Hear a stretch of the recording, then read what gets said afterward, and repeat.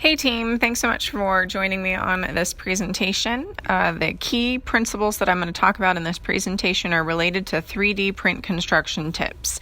I am going to share with you mistakes that I have made so that you can save time and not make the same mistakes that I did. All right, so the thinness of each wall. When we think about the extruder, or the device that melts the filament as it comes out of the 3D printer, it kind of functions like a straw. It's going to melt that thin string of plastic, and that plastic in its melted form is going to essentially come out of the tip of or the head of the extruder, kind of like a straw.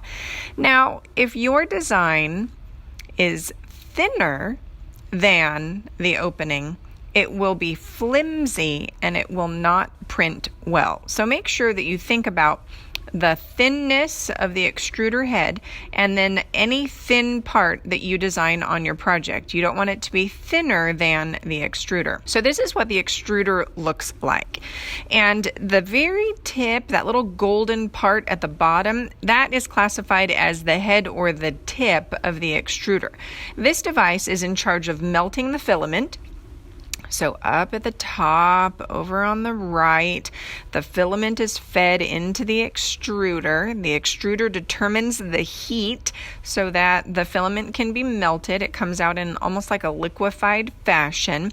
And as it comes down, the head or the tip of that extruder determines how wide or thick that melted plastic is when it's placed onto the bed of the printer. So make sure you think about those things as you're designing your project. And then this is what the tip of the extruder looks like. And then the very opening at the tip determines the thinness or the thickness of that melted filament. And that's important to think about when you design a project. Here's a short video on what it looks like for the MakerBot to melt the filament. And right now we're putting down what's called a raft. And a raft is designed to protect your project so it doesn't stick or adhere to the bed of the 3D printer so that you can peel it off easily without it breaking. So I'm going to click the play button so that you can see what this looks like.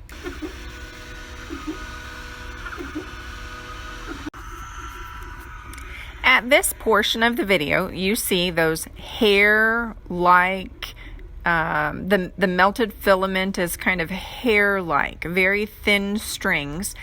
As the extruder is moving back and forth over the print bed, it's depositing those thin hairs of plastic that will eventually solidify.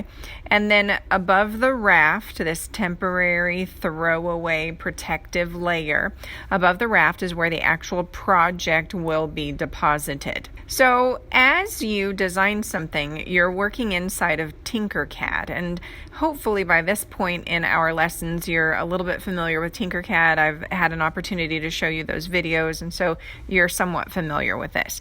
Let me explain just a few details here so that you're more successful when you design projects. The work plane is this flat blue area where the purple arrow is pointing. If any part of your project runs below the work plane, it's not going to print when you send it over to the printer. So make sure that your project doesn't go below the work plane unless you want that part to be cut off.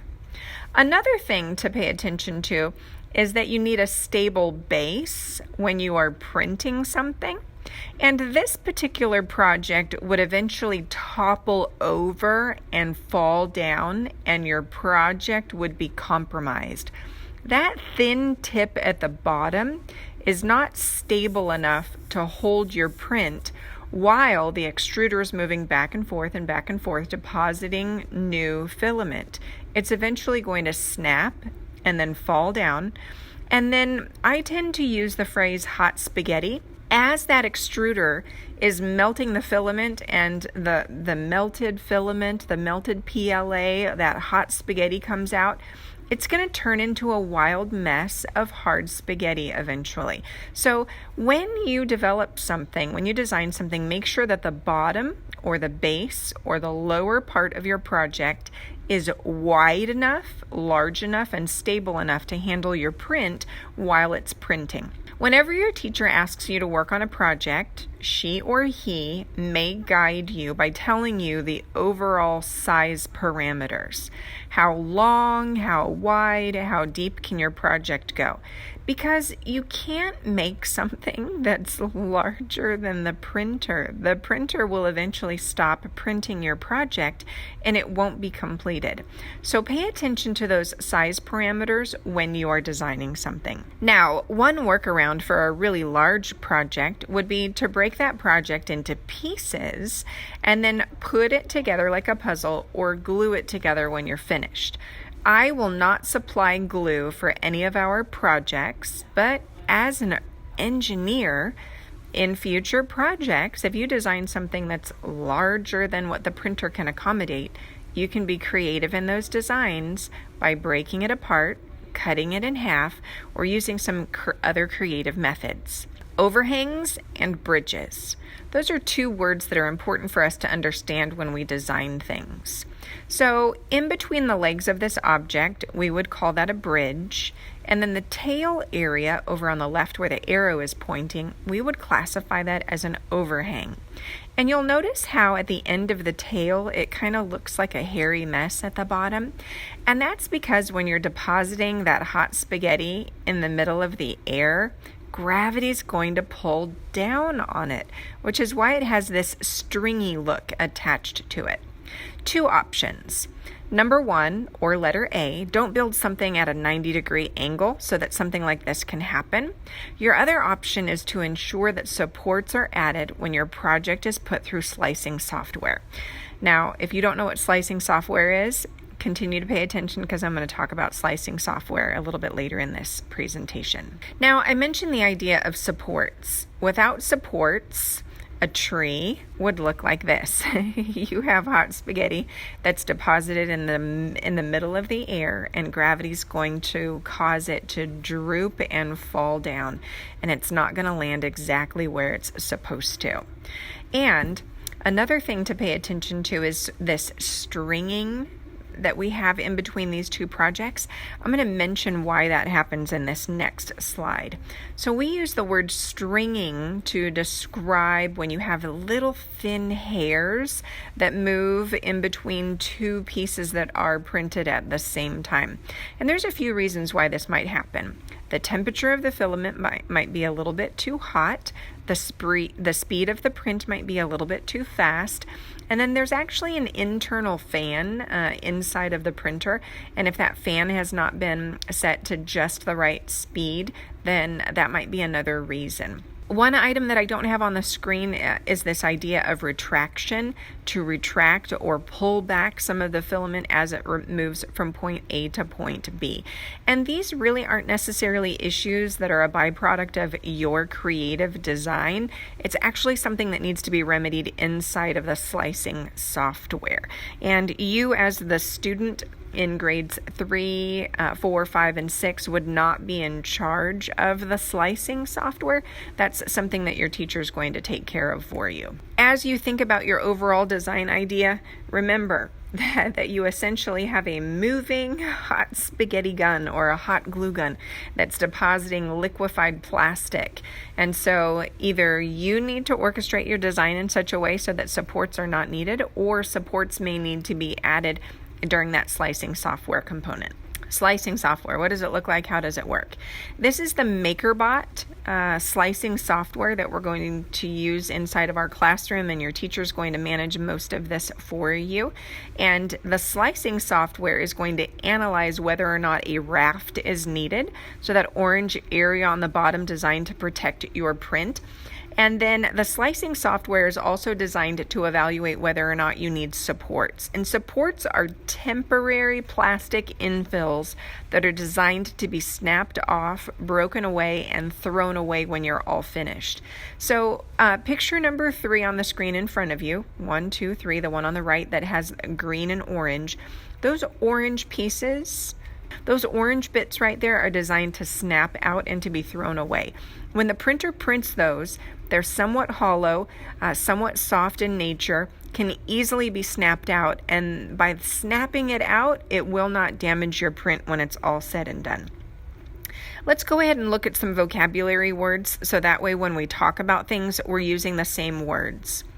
If your teacher uses the word cavity, your teacher's talking about an open space or a hole or an opening inside of your project, and your teacher might provide you some counsel about that cavity, whether or not it needs a support or whether or not that specific design idea is not realistic for our classroom at this time.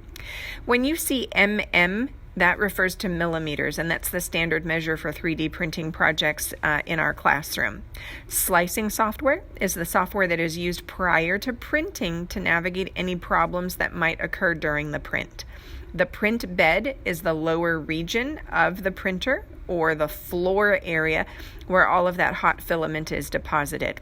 The extruder is the mechanism that heats up the filament. Adhesion talks about the ability for a print project to stick to or adhere to the print bed. Now, you don't want it to stick permanently, but you want it to stick well enough so that the project can print successfully. You don't want it to slide around while it's printing. That would damage your project. Filament is the plastic that is used in a 3D printer. PLA is a type of plastic that is used in 3D printing, and PLA is the type of plastic that we will use, and it stands for polylactic acid, and it's made from cornstarch, tapioca roots, or sugarcane. The filament that we use comes on a spool like this. It's circular, and the spool can be easily inserted into the 3D printer or removed when needed. Comes in a variety of different colors, and you will not be guaranteed that your project will print in the color that you want.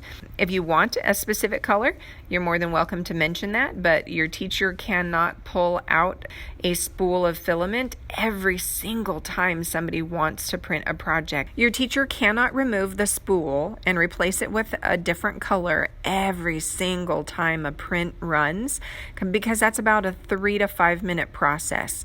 The filament needs to be heated up.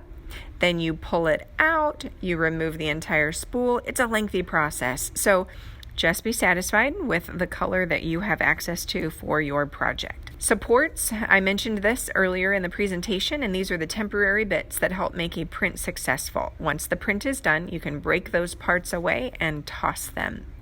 It's necessary and essential that I include this slide because there were 3 pictures in here that I did not take, so I want to make sure that I give credit where credit is due. Team, thanks so much for watching this video and have a great day.